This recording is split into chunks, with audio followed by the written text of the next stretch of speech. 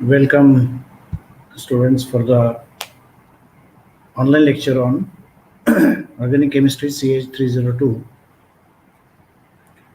Today we are going to start the chapter 2,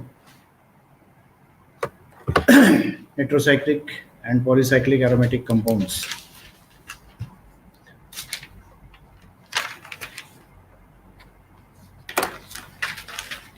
I think this chapter is new for you, as you have studied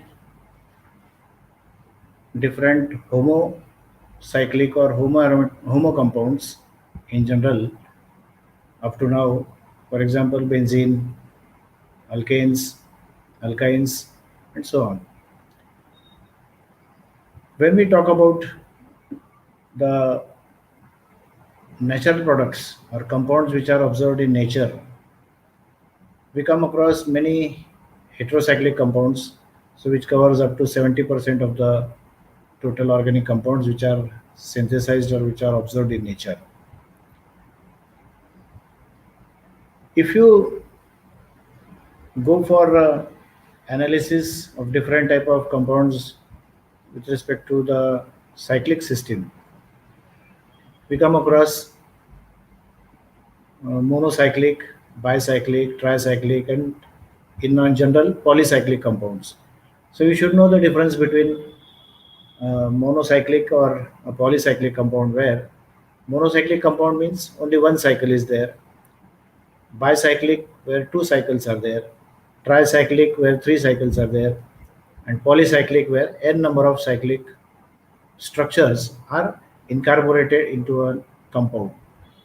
As the name suggests, heterocyclic and polycyclic aromatic compounds, we can see that these compounds are specifically designed with respect to the structure, as they are named as cyclic, so it should be a ring form. It should not be an open chain, or it should not be a linked molecule. So when we talk about cyclic or polycyclic compounds, you might have come across many. This is the syllabus which you might have been having. We come across different type of compounds where the ring contains atoms. Generally, if you consider a benzene ring always contains carbon in as the framework of the ring. जी कार्बनची ring असेल, कार्बनची जी framework असेल, ती framework तुम्ही नेहमी बघत असता. आणि ही फ्रेमवर्क जेव्हा आपण आपल्या डोळ्यासमोर ठेवतो, त्यावेळेला तो सायक्लोहेक्सेन मॉलिक्यूल असेल, तो बेन्झीन मॉलिक्यूल असेल, किंवा बायसायक्लिक कंपाऊंड असेल, तर त्या फ्रेमवर्कमध्ये जेवढे अँगल्स आहेत, जेवढे कॉर्नर्स आहेत, for example if you calculate the molecular formula for cyclohexane, it is C6H12. Molecular formula for benzene is C6H6. So the C6, it indicates that there are 6 carbons at the 6 corners of the ring. The ring असेल त्या रिंगच्या H, in some cases H is 12. सायक्लोहेक्सेन मध्ये H12 आहे, पण तोच सायक्लोहेक्सेन जर बेन्झीनच्या form मध्ये आपण बघितला तर तिथं H12 आहेत. Why this difference is there in the number of hydrogens? हायड्रोजनची संख्या जी असेल त्याच्यामध्ये हा डिफरन्स आपल्याला का दिसतो, तर त्याच्या अनसॅच्युरेशनची जी पोझिशन असेल त्याच्यावरून आपण ते हायड्रोजनची जी एक संख्या असेल ती ठरवतो. Cyclic compounds, they are divided into heterocyclic as well as homocyclic. Heterocyclic compounds are the compounds which contain ring made up of carbon atoms and other kind of atoms, mostly nitrogen, oxygen and sulfur. म्हणजे कार्बनची संख्या जी बेन्झीनमध्ये 6 असेल, तर या 6 पैकी एक carbon कुठला तरी replace जर झाला कशाने, तर नायट्रोजन, ऑक्सिजन किंवा सल्फर, तर त्याला आपण हेटेरोसायक्लिक कंपाऊंड आपण म्हणू शकतो. इथे एक्झाम्पल आपण म्हटले बघा, एक एक्झाम्पल आहे पायरॉल, 5 मेंबर्ड रिंग आहे. आता जिथं कार्बन लिहिलेलं नाही, तर 1, 2, 3 आणि 4, 4 ठिकाणी काय आहे, कार्बन आहे. लिहिलेलं नाही म्हणजे कार्बन आहे. पण 5वा जो ॲटम आहे, that is other atom than carbon. कार्बनपेक्षा वेगळा ॲटम येतो आणि त्याला म्हणायचं hetero atom. So what are hetero atoms? Nitrogen, oxygen, sulphur, these are known as hetero atoms. म्हणजे पायरॉलमध्ये कुठला हेटेरो ॲटम आहे इथं? Nitrogen. So this pyrrole is containing nitrogen as one of the hetero atom. Second molecule दाखवला आपण, 6 membered ring आहे, पण मध्ये 2 ऑक्सिजन आहेत आणि बाकी कार्बन आहेत. म्हणजे याचा मॉलिक्युलर फॉर्म्युला काय येईल याचा? C4H8 आणि O2. It is known as 1,4-dioxane.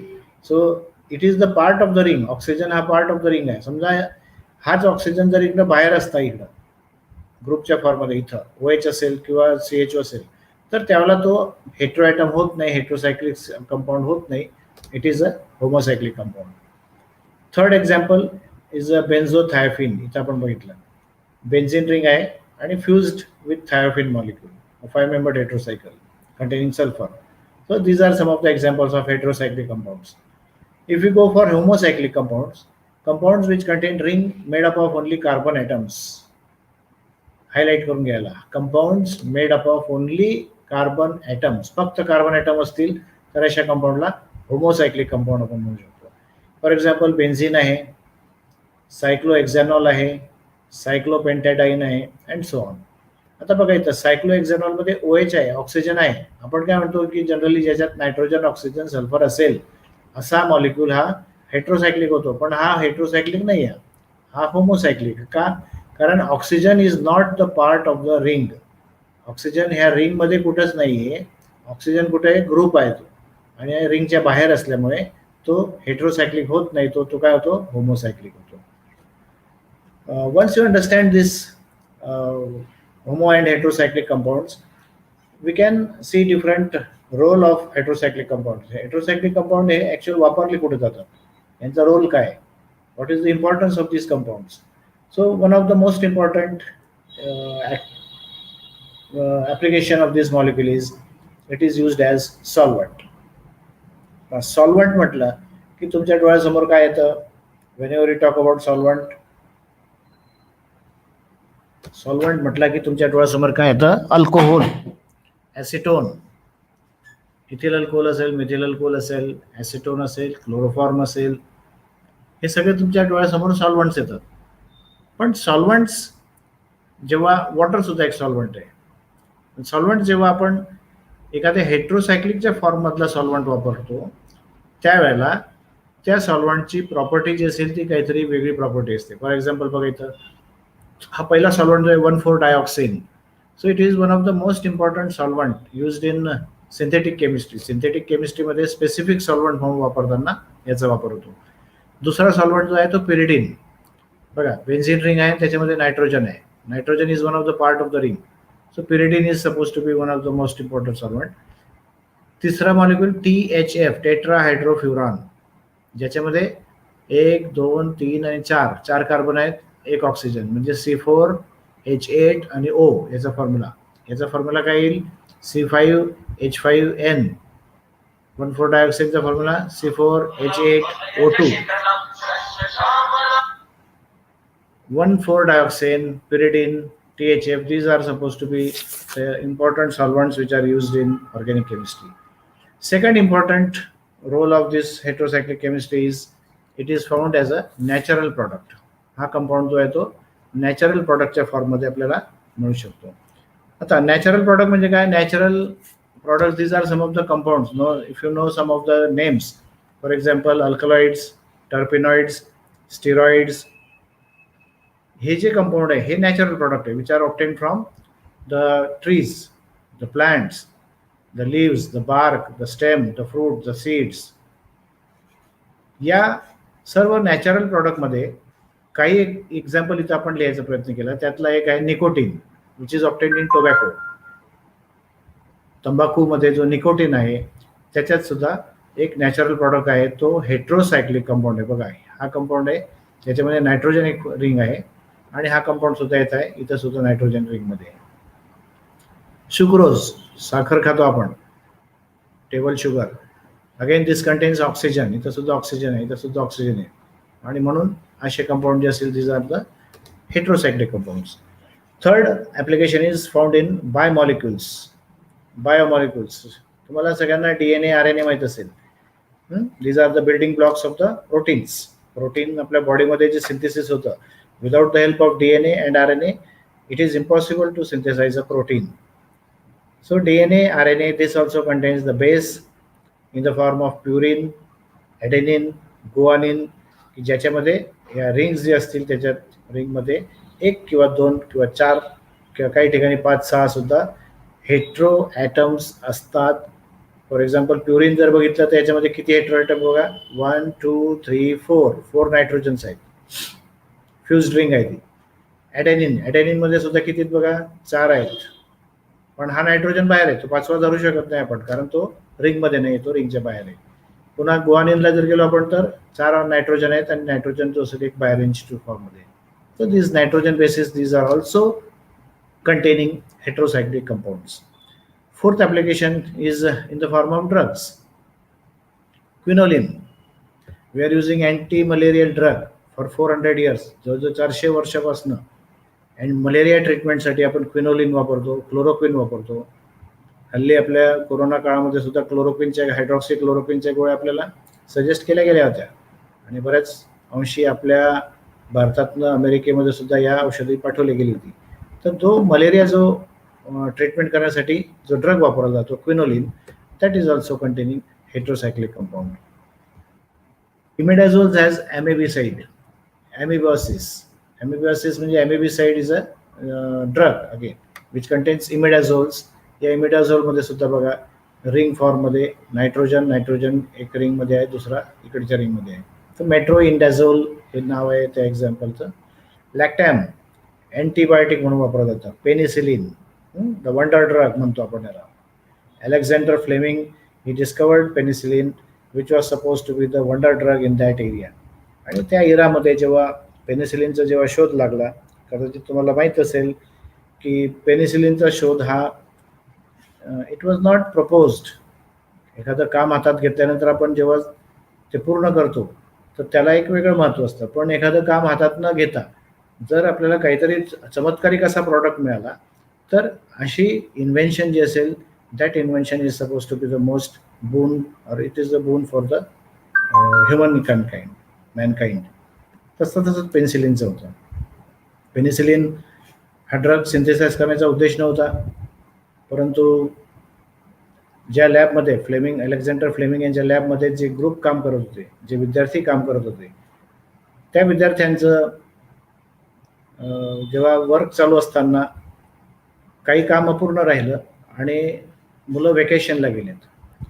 व्हॅकेशनला गेल्यानंतर मधल्या काळामध्ये, 1-1.5 महिन्याच्या काळामध्ये विद्यार्थी जे काम करत होते, ज्या टेस्ट ट्यूबमध्ये कामं करत होते, त्या टेस्ट ट्यूबमध्ये काहीतरी एक अनवॉन्टेड ग्रोथ झाल्यासारखं दिसलं.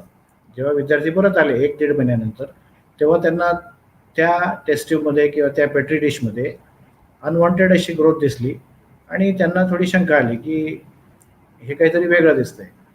आता जर एखादा जनरल स्टुडंट राहिला असता तर त्याने काय केलं असतं की ती स्वच्छ करण्याचा प्रयत्न केला असता. ती टेस्ट ट्यूब असेल, ती डिश असेल, त्याने ती घाण असल्यामुळे लगेच बेसिनमध्ये त्याने वॉश करून टाकलं असतं. पण ते विद्यार्थी, स्टुडंट्स वर स्टुडियस, इंटेलिजंट विद्यार्थी होते, त्यांना काहीतरी वेगळापणा वाटला. त्यांनी फ्लेमिंग साहेबांना बोलवलं आणि ती जे मोल्ड तयार झालं होतं, ती जे फंगल ग्रोथ तयार झाली होती, त्या ग्रोथमध्ये असं काही एक चमत्कारिक सबस्टन्स होता की जो पेनिसिलिन नावाने पुढे आपल्याला आपल्या मानवी जीवनामध्ये एक वरदान ठरलं आणि पेनिसिलिनचा वापर हा अँटीबायोटिक म्हणून तेव्हापासून आपण करत आलो. अशा काही गोष्टी इन्व्हेन्शनमध्ये ज्या होतात त्या अचानक आपल्याला तो प्रॉडक्ट मिळाला. असे काही अनेक प्रॉडक्ट जे असतील ते अचानक मिळालेले आहेत.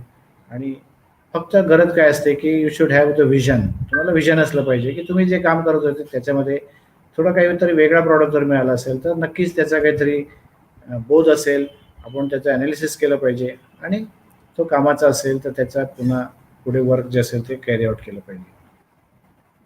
आपल्या हे झालं आतापर्यंत जनरल डिस्कशन की ज्याच्यामध्ये होमोसायक्लिक आणि हेट्रोसायक्लिक कंपाऊंडचे काही ॲप्लिकेशन्स आपण बघितले की या जगामध्ये जे कंपाऊंड्स, ऑर्गॅनिक कंपाऊंड्स आहेत, त्या ऑर्गॅनिक कंपाऊंडमध्ये नॅचरल प्रोडक्ट्सची संख्या जास्त आहे आणि नॅचरल प्रोडक्ट्समध्ये हेट्रोसायक्लिक कंपाऊंडचा अंतर्भाव असल्यामुळे ते कंपाऊंड जे असतील they are used as different applications. If you try to define heterocyclic chemistry, it is a ring structure or a cyclic compound that has at least two different elements as member of its ring. म्हणजे त्या स्ट्रक्चरमध्ये दोन element जे असतील ते different असले पाहिजे त्या रिंगचे मेंबर म्हणून, फ्रेमवर्कमधले रिंगचे मेंबर म्हणून. So it is the branch of chemistry which deals with synthesis, properties and applications of these heterocycles. Heterocyclic chemistry कशाची ब्रांच आहे तर ऑर्गॅनिक केमिस्ट्रीची ब्रांच आहे. कशाशी डील करते? सिंथेसिस आहे, प्रॉपर्टीज आहे आणि ॲप्लिकेशन्स आहे. ह्या सगळ्या गोष्टी आपण या चॅप्टरमध्ये आपण बघणार आहोत. काही एक्झाम्पल इथं आपण दाखवलेत, होमोसायक्लिक कंपाऊंड आणि हेट्रोसायक्लिक कंपाऊंड. होमोसायक्लिकमध्ये जसं मी म्हटलं सायक्लोहेक्झेन आहे, बेन्झीन आहे, नॅफ्थॅलिन आहे, all these are the homocyclic compounds. इथं चुकून होमोसायक्लिक पुन्हा आलेलं आहे. This is heterocyclic compound. इथं हेट्रोसायक्लिक कंपाऊंड असलं पाहिजे, बाय मिस्टेक झालं ते. हेट्रोसायक्लिक कंपाऊंडमध्ये हे 3 कंपाऊंड लिहिले आहेत जे आपल्या स्टडीसाठी आपण या चॅप्टरमध्ये स्टडी करणार आहोत. 5 मेंबर्ड रिंग आहे. 5 मेंबर्ड रिंगमध्ये ऑक्सिजन आहे. इकडं सुद्धा 5 मेंबर्ड रिंग आहे, तिथं नायट्रोजन आहे आणि इथं 5 मेंबर्ड रिंग आहे, तिथं सल्फर आहे. आता 5 मेंबर्ड रिंग सारखे आहेत, परंतु मी काय केलं, एक ॲटम जो असेल हेट्रो ॲटम तो बदलला. इथं ऑक्सिजन आहे, इथं नायट्रोजन आहे, इथं सल्फर आहे. ज्या कंपाऊंडमध्ये 5 मेंबर्ड रिंग आहे पण ऑक्सिजन आहे अशा कंपाऊंडला आपण काय म्हणतो? फ्युरान. ज्या कंपाऊंडमध्ये नायट्रोजन आहे अशा कंपाऊंडला आपण काय म्हणतो? पायरॉल. आणि ज्या कंपाऊंडमध्ये सल्फर आहे अशा कंपाऊंडला आपण थायोफिन असं म्हणतो. 6 मेंबर्डकडे गेलो आपण तर 6 मेंबर्डमध्ये 5 कार्बन असतील बघा, 1 2 3 4 आणि 5, हे 5 कार्बन. आणि 6वा जो असेल एक्स आहे, इथं मी एक्स मुद्दाम लिहिलं. इथं x may be oxygen, x may be sulphur, it may be nitrogen. पण पुन्हा ते ॲरोमॅटिक आहे. तर ॲरोमॅटिसिटीचा कन्सेप्ट जो तुमच्या वाचनात आला असेल मागे किंवा 12th स्टँडर्डमध्ये स्टडी केला असेल, तर benzene is aromatic in nature. Why benzene is aromatic in nature? Because benzene it obeys the Huckel's rule, 4n+2 pi electron rule. Benzene C6H6 molecular formula आहे त्याचा, ह्युकेल्स रूल ओबे करतो आणि सबस्टिट्यूशन रिॲक्शन्स जे असतील ते स्पेसिफिकली ते form a molecule where all the structures of benzene like compounds, these are supposed to be aromatic in nature. Example of heterocyclic compounds. तर काही हेट्रोसायक्लिक कंपाऊंडचे एक्झाम्पल जे जनरली तुमच्या डेली यूजमध्ये किंवा डेली रिडिंग वाचनामध्ये येतात ते आहेत न्यूक्लिक ॲसिड. जसं म्हटलं मी तुम्हाला, DNA झालं, RNA झालं. ड्रग्स म्हणजे मेडिसिन्स आपण जे घेतो, फार्मास्युटिकल्स, त्याच्यात बरेचसे हेट्रोसायक्लिक कंपाऊंड्स आहे. बायोमासमध्ये सेल्युलोज आहे अँड रिलेटेड मटेरियल्स. सेल्युलोज म्हणजे it is a carbohydrate. Natural and synthetic dies म्हणजे कलर करण्यासाठी जे पिगमेंट वापरले जातात ते डाईज असतात, नॅचरल आणि सिंथेटिक दोन्ही. त्याच्यामध्ये सुद्धा हेट्रोसायक्लिक कंपाऊंड असतो. About 59% of the US FDA approved drugs contain nitrogen heterocycles. Very important statement. USचे FDA approved जेवढे ड्रग्ज आहेत त्या ड्रग्जमध्ये 59% आणि त्याच्यापेक्षा जास्त कंपाऊंड जे असतील त्याच्यामध्ये नायट्रोजन हेट्रोसायकल्स असतात. म्हणजे रिंगमध्ये एक तरी नायट्रोजन असेल असे अनेक ड्रग्ज वापरले जातात and which are approved by the Food and Drug Administration of US. If you look at the history of heterocyclic chemistry, history जर बघितली तर 1800 सालापासून त्याच्यामध्ये डेव्हलपमेंट होत गेले. Some of the developments are 1818 मध्ये Brugnatelli isolated alloxan from uric acid. Uric ॲसिडमधून Brugnatelli यांनी ॲलॉक्झॅन हा आयसोलेट केला. 1832 मध्ये Dobereiner he produced furfural by treating starch with sulfuric acid. Starch बरोबर सल्फ्युरिक ॲसिड ट्रीट केल्यानंतर तिथं जो कंपाऊंड मिळाला तो फरफ्युराल होता. Again that was heterocyclic chemistry. 1834 मध्ये रुंगे ही ऑब्टेन्ड पायरॉल. पायरॉलचं जी टर्मिनॉलॉजी आहे त्याचं नाव आहे fiery oil by dry distillation of bones. Friedlander in 1906 he synthesised indigo dye. Indigo dye जो असेल तो सिंथेटिक केमिस्ट्रीमध्ये ॲग्रिकल्चरमध्ये वापरला जातो. 1936 मध्ये ट्रेब्स याने क्लोरोफिल डेरिव्हेटिव्ह क्रूड ऑइलमधून काढला आणि तिथून आपलं पेट्रोलियमचं जे ओरिजिन असेल त्याच्यासाठी बऱ्याचशा गोष्टी ज्या असेल त्या सपोर्टिंग कंपाऊंड म्हणून आपल्याला वापरता येऊ शकतात. 1951 मध्ये Chargaff's he explain the role of heterocyclic compounds in different codes, genetic code जे आपण स्पेसिफाय करतो प्युरिन आणि पिरिमिडिन प्रोटीन सिंथेसिससाठी. त्याच्यात जे जेनेटिक कोड असतात ते कोड जे असतील this is explained by the linking of this purine and pyrimidine. This are the nitrogenous basis, यांना नायट्रोजनस बेस म्हणतो आपण. आणि यांचं लिंकिंग जे असेल त्याच्या आधारावर DNA जो असेल तो चेंज होतो, RNA जो असेल तो सुद्धा चेंज होऊ शकतो. इफ यू तुमच्या जनरल रीडिंगमध्ये जेव्हा तुम्ही रीडिंग एखाद्या ऑर्गॅनिक कंपाऊंडच्या संदर्भात वाचत असता त्यावेळेला बरेच अंशी तुमचे स्ट्रक्चर जे असेल ते तुमच्या माहितीमधले असले पाहिजे. स्ट्रक्चर माहितीत असले पाहिजे. याचा अर्थ कसं आहे की स्ट्रक्चर, मॉलिक्युलर फॉर्म्युला आणि त्याचे स्टिरिओकेमिस्ट्री जे आपण मागच्या चॅप्टरमध्ये स्टडी केली. तर इथं काही कंपाऊंड्स आपण दिलेले आहेत. सर्वे ऑफ मोस्ट इम्पॉर्टंट हेट्रोसायकल्स, बरेचसे जे हेट्रोसायकल आहेत तर त्याच्यामध्ये पहिला कंपाऊंड पायरॉल आहे, त्याच्यामध्ये 5 मेंबर रिंग आहे पण डबल बॉन्ड आहे. दुसरा कंपाऊंड जो आहे तो पायरोलिडिन आहे ज्याच्यामध्ये डबल बॉन्ड नाही आहेत. तिसरा कंपाऊंड आहे इमिडॅझोल पण नायट्रोजनची पोझिशन बदलली, तिथं 2 नायट्रोजन आहेत. चौथ्या कंपाऊंडमध्ये थायाझोल आहे, नायट्रोजन आणि सल्फर 1,3 पोझिशनला आहे. नंतरचा कंपाऊंड थायोफिन आहे, 5 मेंबर रिंग, त्याच्यामध्ये सल्फर आहे. 5 मेंबर रिंगमध्ये सल्फर आहे पण डबल बॉन्ड नाही, थायोलेन म्हणतो त्याला आपण. 5 मेंबर रिंगमध्ये ऑक्सिजन आहे पण डबल बॉन्ड आहे तिथं, याला फ्युरान म्हणतो. पण 5 मेंबर रिंगमध्ये ऑक्सिजन आहे पण डबल बॉन्ड नाही, असे त्याला THF किंवा टेट्राहायड्रोफ्युरान म्हणतो आपण. 6 मेंबरकडे जर वळालो तर 6 मेंबरमध्ये नायट्रोजन असेल आणि 3 डबल बॉन्ड असतील तर पिरिडिन. 6 मेंबरमध्येच नायट्रोजन आहे पण डबल बॉन्ड नाही आहे तर तिथं पिपरिडिन, पिरिमिडिन, पायरेझिन, ॲझिपिन, टेट्राहायड्रोपायरॅन. कंडेन्स हेट्रोसायकलमध्ये खाली गेलो तर बेन्झिनला पायरॉल असेल तर इंडॉल, बेन्झिनला पिरिडिन असेल तर क्विनोलिन, बेन्झिनला पिरिडिन असेल पण 1,3 पोझिशन असेल तर आयसोक्विनोलिन. बेन्झिनला 6 मेंबर्ड ऑक्सिजन कंटेनिंग हेट्रोसायकल असेल तर क्रोमान, प्युरिन, टेरिडिन अँड सो ऑन. अनेक कंपाऊंड हेट्रोसायकलमध्ये आपण तिथं स्पेसिफाय करू शकतो की ज्याच्यामध्ये ऑक्सिजन, नायट्रोजन किंवा सल्फर असेल आणि तो कंडेन्स्ड फॉर्ममध्ये असेल किंवा फ्युज्ड फॉर्ममध्ये सुद्धा असू शकेल. Now actual we are coming to this point where सिलेबसमध्ये तुम्हाला काय एक्सपेक्टेड आहे तर 3 गोष्टी.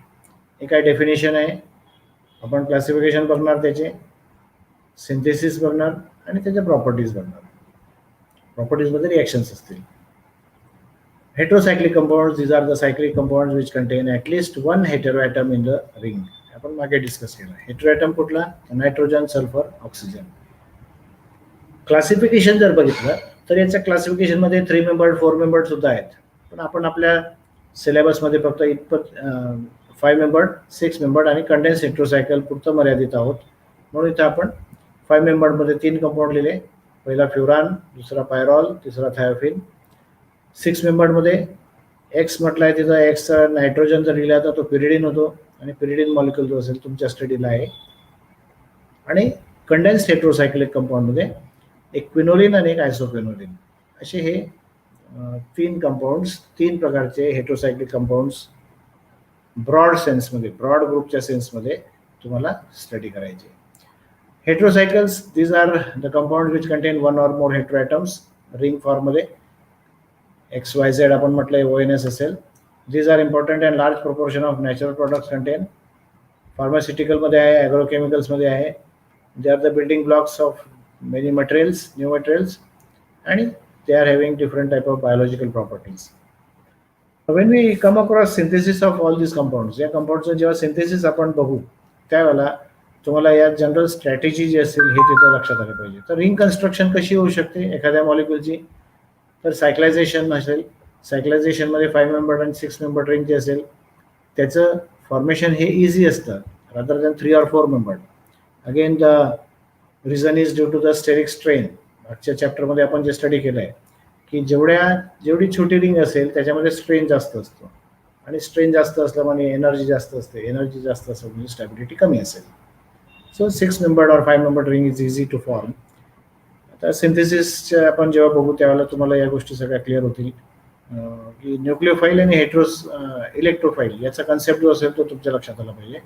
पण जनरली स्ट्रॅटेजीज काय असते, तर कॉमन स्ट्रॅटेजीमध्ये तर मी एक लिहिलं पहिले 4+1 स्ट्रॅटेजी. 4+1 मध्ये आता ही रिंग आहे समजा, मला याचं सिंथेसिस करायचं आहे. हे सिंथेसिस करताना मी असं डबल हेडेड, इकडे जेव्हा मी ॲरो दाखवतो सिंगल ॲरो, पण अशा प्रकारचा ॲरो दाखवतो त्यावेळेला याचा अर्थ काय आहे की त्याचं बायो सिंथेसिस जेव्हा करतो आपण किंवा ब्रेकेज करतो किंवा डिस्कनेक्शन करतो त्यावेळेला 4+1 स्ट्रॅटेजी वापरायची. 4+1 म्हणजे एक कार्बनचा युनिट किंवा एक ॲटमचा युनिट जो असेल तो वेगळा काढायचा, आणि 4 ॲटम जे असेल त्याचा एक युनिट जो असेल तो वेगळा काढायचा. तर 4 म्हटले म्हणजे कुठले हे बघा, 1 2 3 4 हे 4 वेगळे काढले, आणि इथून मी असा ब्रेक केला याला.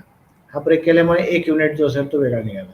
म्हणजे मला इथं या 4 कार्बनचा युनिट असेल किंवा 4 ॲटमचा युनिट असेल तिथं 2 चार्जेस आहे प्लस चार्ज, आणि हा जो बाहेर काढला तो हेटेरो ॲटम असेल त्याला मायनस चार्ज. मग जेव्हा स्ट्रॅटेजी आपण डेव्हलप करतो त्यावेळेला इथं प्लस चार्ज देऊ शकतो किंवा इथं मायनस चार्ज देऊ शकतो, आणि मग त्याच्यावरून आपण न्यूक्लिओफिलिक ॲक्टिव्हिटी किंवा स्ट्रक्चर सिंथेसिस करताना इलेक्ट्रोफाईल अटॅक करेल का न्यूक्लिओफाईल अटॅक करेल याची स्ट्रॅटेजी आपल्याला ठरवता येऊ शकते. पुढची स्ट्रॅटेजी ती 5+1 स्ट्रॅटेजी. बघा 6 मेंबर्ड कंपाऊंड आहे, 1 2 3 4 5, हे 5 कार्बनचा वेगळा युनिट आहे, आणि हा 6वा जो असेल तो वेगळा. 6वा वेगळा केल्यानंतर याचं सिंथेसिस करताना या 5 कार्बनचा जो युनिट आहे तो असा घेऊ शकतो आपण डायकार्बोनिल फॉर्ममध्ये. 1 कार्बन युनिट नायट्रोजन आहे तो अमोनियाच्या फॉर्ममध्ये घेऊ शकतो, आणि ही रिॲक्शन करून आपण अशा प्रकारे 5+1 स्ट्रॅटेजी असेल ती वापरू शकतो. तिसरी स्ट्रॅटेजी आहे 3+2 स्ट्रॅटेजी. 3+2 बघा, ही 5 मेंबर रिंग आहे, त्याच्यामध्ये मी ब्रेक कसं केला, हा 1 हा 2 आणि हा 3, 3 वे एकीकडे आहे आणि इकडं 1 आणि 2 एकीकडे, म्हणजे 3+2 स्ट्रॅटेजी. 3+2 स्ट्रॅटेजी असेल त्याला प्लस चार्ज इकडं मायनस चार्ज इकडं किंवा मायनस चार्ज इकडं प्लस चार्ज इकडं, आणि अशा पद्धतीने तुम्ही एक्झाम्पल्समध्ये स्ट्रॅटेजी डेव्हलप करून त्याचं सिंथेसिस जे असेल ते डिझाईन करू शकता. 3+3 स्ट्रॅटेजी पुढची सारखे 1 2 3 इकडं 1 2 3 3 युनिट जो असेल तो बाय फ्रॅगमेंट केल्यानंतर त्याचं प्लस मायनस जे असेल अल्टरनेट केलं, आणि अशा प्रकारे सिंथेसिस जे असेल ते आपण स्पेसिफिकली हे करू शकतो.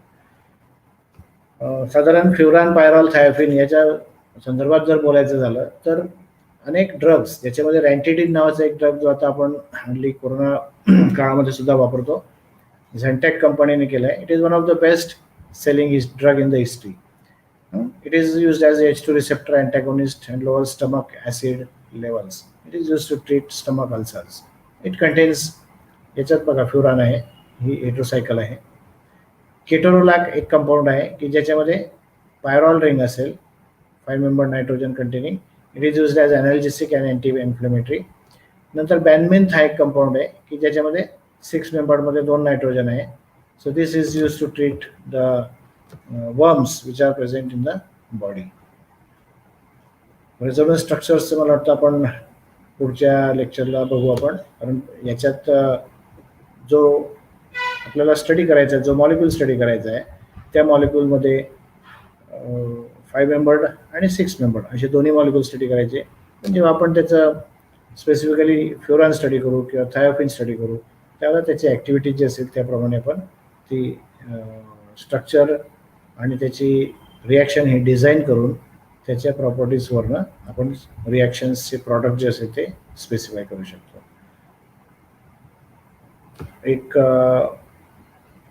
आजच्या लेक्चरमध्ये एक मेसेज आहे तुमच्यासाठी, तो आपण वाचू शकता. This is the message for the day. पुढच्या लेक्चरपासून मी तुम्हाला प्रत्येक लेक्चरला एक मेसेज देत जाईल. So that will inculcate some good qualities in your mind. तुमच्या माइंडमध्ये, तुमच्या मनामध्ये तुम्ही पॅनिक होणार नाही, तुम्हाला काहीतरी पॉझिटिव्हिटी डेव्हलप होईल अशा काही स्लाइड्स जे असतील ते मी आणेल आणि तुम्हाला देत जाईल. So the message of this day, it was proposed by Mahatma Gandhi. Individual freedom alone cannot make a man voluntarily surrender himself completely to the service of the society. If he is wrested from him, he becomes an automation and society is ruined. No society can possibly be built on a denial of a individual freedom. म्हणजे याचा अर्थ काय आहे की तुम्हाला individual freedom, स्वतःचं आपण स्वातंत्र्य जे उपभोगत आहेत, स्वातंत्र्य काळापासून आपल्या परिवारामध्ये, आपल्या समाजामध्ये आपण जे स्वातंत्र्य उपभोगत आहोत, तर ते स्वातंत्र्य एका काळात एका लिमिटपर्यंत ठीक आहे. पण स्वातंत्र्य असेल म्हणून आपण कुठलीही ॲक्टिव्हिटी करू शकतो का? तर नाही करू शकत. ज्या ॲक्टिव्हिटीमध्ये मानव जातीचं हित नसेल अशी activity he not allowed. This is not allowed. So automation जरी असेल त्याच्यामध्ये, पण सोसायटी जी असेल ती रुईन होते, सोसायटी बदनाम होते. आणि म्हणून no society can possibly be built on a denial of an individual freedom. Freedom असलं पाहिजे, पण फ्रीडमला सुद्धा लिमिटेशन असलं पाहिजे. So for today it is all. Stay home, stay safe.